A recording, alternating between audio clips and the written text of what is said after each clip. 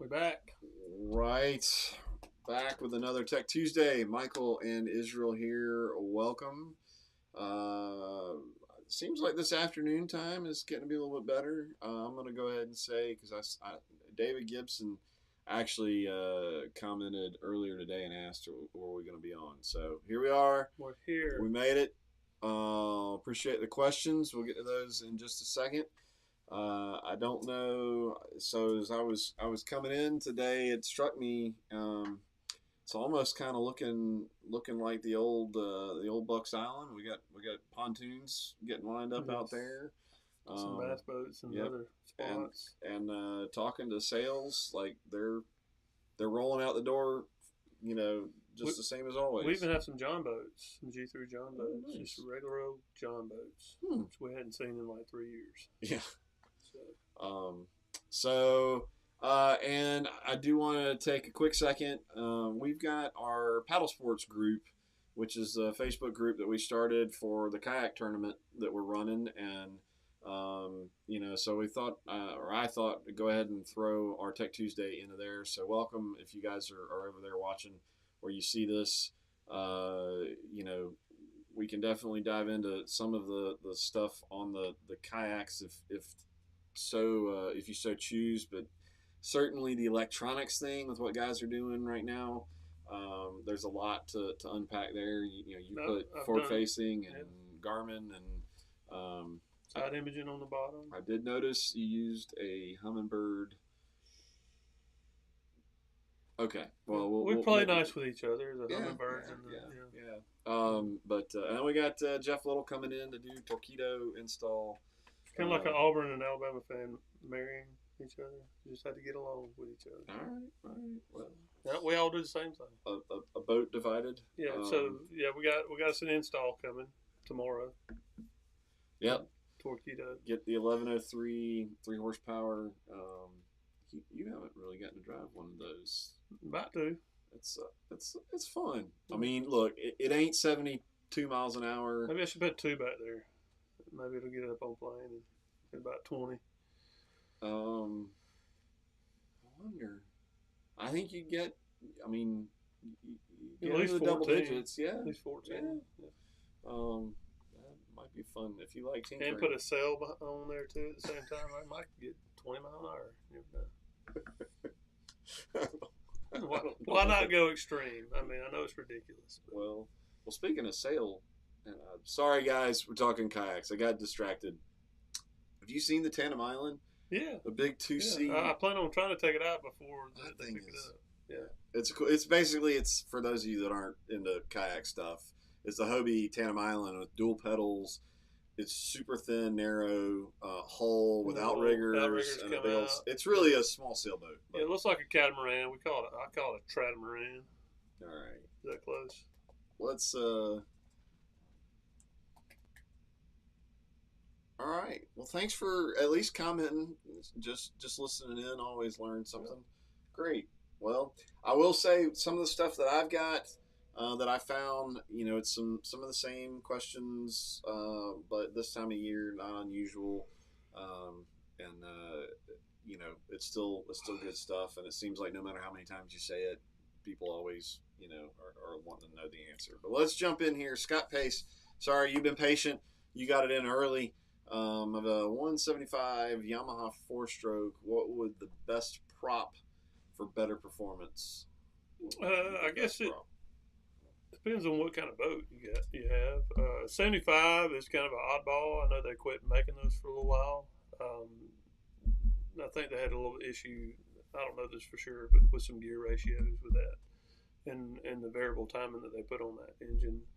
But I've seen people use 23 pitch SHO props. I've seen them have to go down to 22 sometimes because I know some of the problems I had with this 175 was hole shot. It did great once you got it up on plane. It did fine.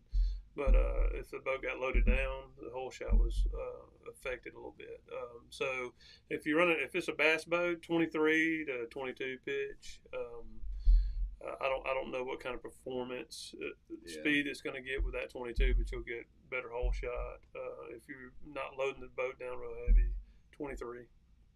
pitch, but I would say SHO would be a good prop. Yeah, and I mean, as always, when we got prop questions, it comes down to trial and error. But that'll get you in a good, that'll get you on the, as we say in the gun world, get you on the paper. And keep in mind, we're assuming the better performance that it's a bass boat. It obviously it kind of depends on what you define as better performance. If you're just looking to max out speed, or you looking, do you want that whole shot? Do you want? I mean, so there's give and takes with all that stuff. So, but and if you're still watching, definitely let us know what boat you got it on, and maybe there's a little deeper dive there. So, all right. David Gibson, let me bring yours up here, and we'll dive in. It's been a while. Yeah. Been a while for David. David. 2015 Mercury 200 Optimax Smart Craft Gauge says coils not working, gives 6 beeps and shakes, but replace coils, and reader says, what is that? Estimate. EST 6. What could it be? Oh, the reader says EST 6. Okay. That's. I would say sometimes if it's not the coil, it'll be the fuel injector, and in both of those worlds, sometimes it's not necessarily the coil. It'll be the actual connector going into the coil, or sometimes it's the connector going into like the injector. But I would say that I would check your connections.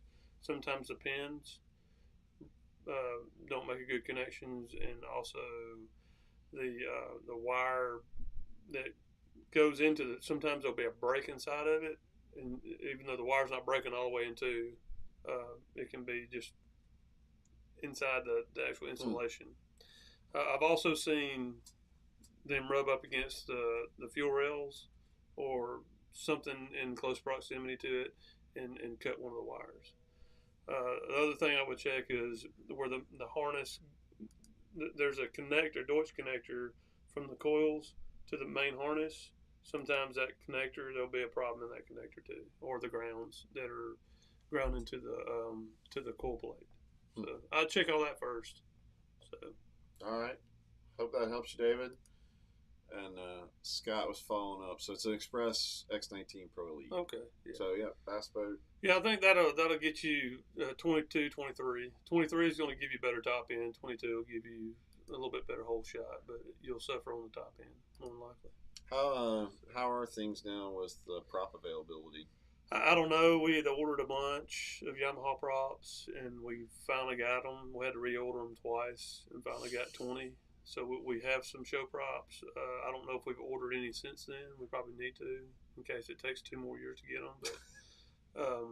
But I think it was closer to 3 years, honestly, because the beginning of COVID is when we started having problems getting the props. Yeah. And it seems like maybe 3 or 4 months ago is when we actually got the props we needed. So I know I've seen a few questions out there about motor availability, particularly on the bigger motors. It's still a year out. We've got good shipment in the back. I mean, the motor room looks like it's yeah, but most of that stuff is 115s and 150s, smaller stuff. and we'll get 200 every now and then. But we've had some boats that we ordered like 8 or 9 months ago, and they finally shipped us the boat and said, "Oh, by the way, we didn't have a motor." So I guess they were tired of holding the boat, Yeah. And they were supposed to ship it with the engine, and it's one of those bigger boats that always come with the engine on them because they've got like digital throttle and shift and stuff on them, and you're like, "Well, we don't have it, so here's your boat. You can pay interest on it now," and it's sold, So it's still been a bit of a struggle in that regard. So. All right. Well, sticking on the prop stuff, here's one I pulled out. Looking for a 25 pitch, and this is along the same question of any alternatives because of availability. Are we talking the Yamaha prop, I guess? Yeah, I would assume so. Is this off of your stuff? Yeah, it's pulled out of the Yamaha group. So I would say the closest thing that I found to a Yamaha 25 pitch would probably be a Tempest Plus 25 pitch. Depending on what you run it on, that the numbers will vary, but it'll get you on the water. It'll get you fishing. So you have to change hubs. It's got a plastic hub in it. You have to change thrush washer, so you have to keep that in mind. All right. And guys, keep in mind we definitely want to answer your questions, but I do have a few. And like I said, these are some common stuff that we talk about honestly kind of over and over again. But if people are still asking a question, then they still need the answer. So David Gibson, love the Tempest. Yeah, it's a really good, reliable all-around product. All right, so Michael was told when I bought my boat, the Yamaha, I should use the Yamaha fuel stabilizer conditioner plus. Now I'm being told use ring free. Both. And ring free plus has got the stabilizer and conditioner in it, but just not a bunch. It's made to maintain the. And what that does is it treats the fuel with like a little bit of an oily substance, like Marvin's mystery oil.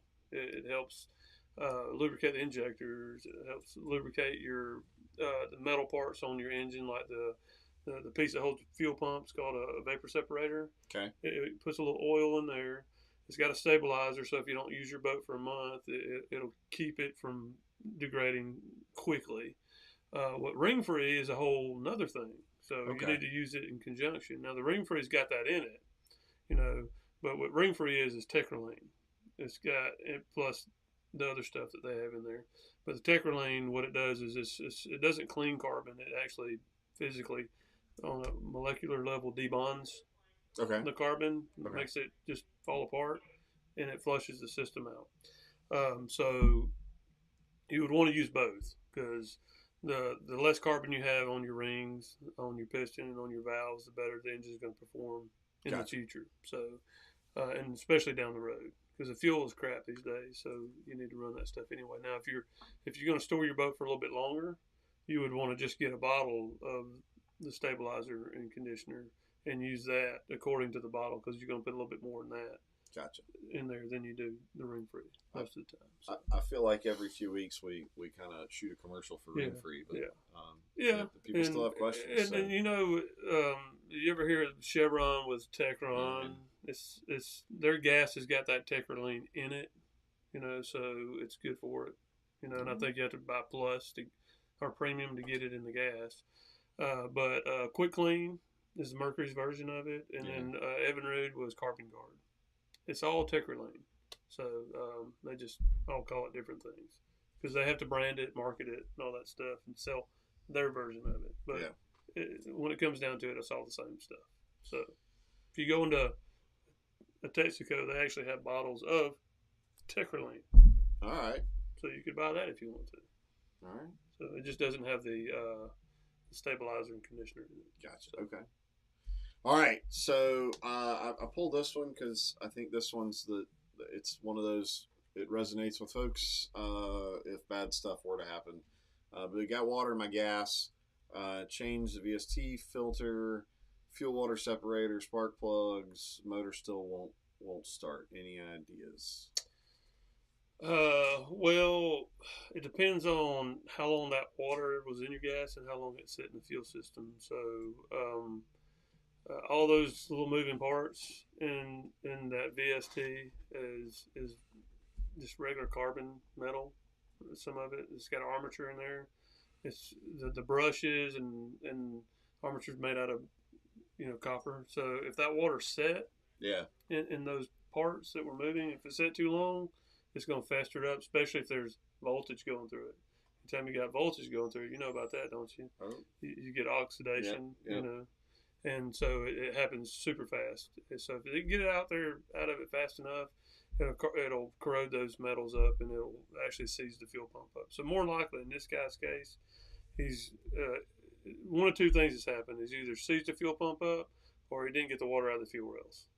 So you got to go past the VST and actually get the water out of the fuel rails, because that water in the fuel rails is going to settle to the bottom of those fuel rails, and you got to get it out of there too. So you may just have a little bit more work to do down the line, And if that doesn't fix it, then more than likely you're going to have a fuel pump issue. All right. David, 150. Oh, okay. Sorry, I didn't see your question there. Do we sell TPS for 2006 Mercury Optimax 150? We probably, I mean, we could have one in stock, but we would sell you one. We'd have to probably order it though, so we can get it. Yeah. Every now and then we'll have one. You know, we usually try not to stock those items because there's so many parts, and if you stock one of everything, you just go out of business. So we have to kind of, get the parts we see fail the most. Starters like on Merc Cruisers and stuff like that, and then maintenance parts and spark plugs, and there's other various items that we see that fail more often.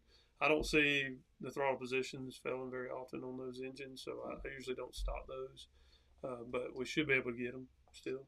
So, and I hate saying this on the internet, but if you will follow links, get over on our website, our phone number's over there. Call our parts guys. That's probably going to be the best course of action. Call the parts guys, Pat or Larry or whoever's answering the phone. They will be able to take care of you. David, what's it doing? Is it just throwing a code at idle, saying your voltage is too low? Do you know? Because sometimes the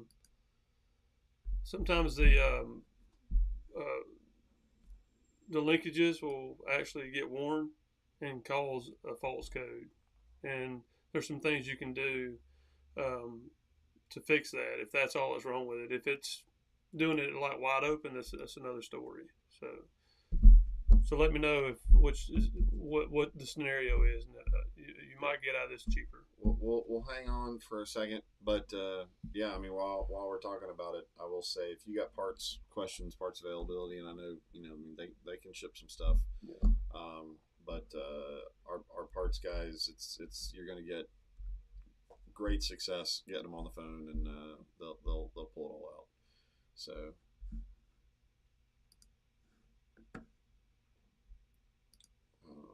Okay. Is there a way to fix the O-ring? Well, they're sealed. They've got like a potting on them, and if that area cracks, it could be get moisture in it, so there could be an issue with that. So the good news is the 150s, the 200s, the 250s, all those use the same one. So if you know somebody that might have a blown up engine or something, you could possibly get one in that manner too. But if you needed one, we can order and we do ship. So, all right. Well, that was all I had, and thanks for the questions, guys. I figured David would get. Okay. Oh, it's hanging up. Huh. Rev my motor up high. You might have a linkage issue. I double check your linkage, make sure there's nothing, because there's a lot of force pulling that lever, and the lever is really small. It's like a little plastic piece. So I'm surprised that it would actually hang up from that end, because you got all these, levers that pull and push it. And so if it's stopping in the middle of the sweep, there's probably something else holding you up. Like, I don't know if you have a hot foot spring, your throttle cable. So I would check all that stuff before I change the throttle position sensor. Because you may get a new throttle position sensor still doing the same thing. That would really not be fun. Yeah. Hate to waste money to not fix a problem. Yeah, it happens, but probably more often than most guys would like to admit. Yes. All right. Well, David, good to see you. Not an exact science, but or see you on the internet. But all right, guys. Not much else. I guess we'll be back here next week. If you come up with questions later, as always, drop them in the comments. I'll try to go back through and make sure we're catching all that stuff and getting it covered. And yeah, so we're gonna shift gears a little bit tomorrow and deck out a Hobie. take out a Hobie with a big old 3 horsepower electric motor. So should be fun. Definitely, we'll get some content out on that. But man, I hope y'all have a great week. If you live in an area where the weather's as beautiful as it is here, I hope you're still getting out on the water.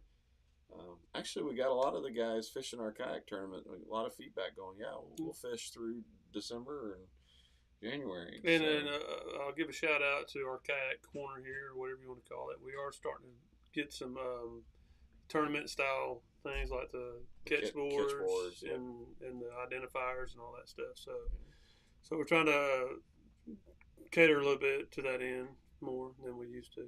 So. Well, guys, y'all have a great week. We appreciate you. Appreciate your questions, and I hope at the end of the day, hopefully this helps you. That's what it's all about.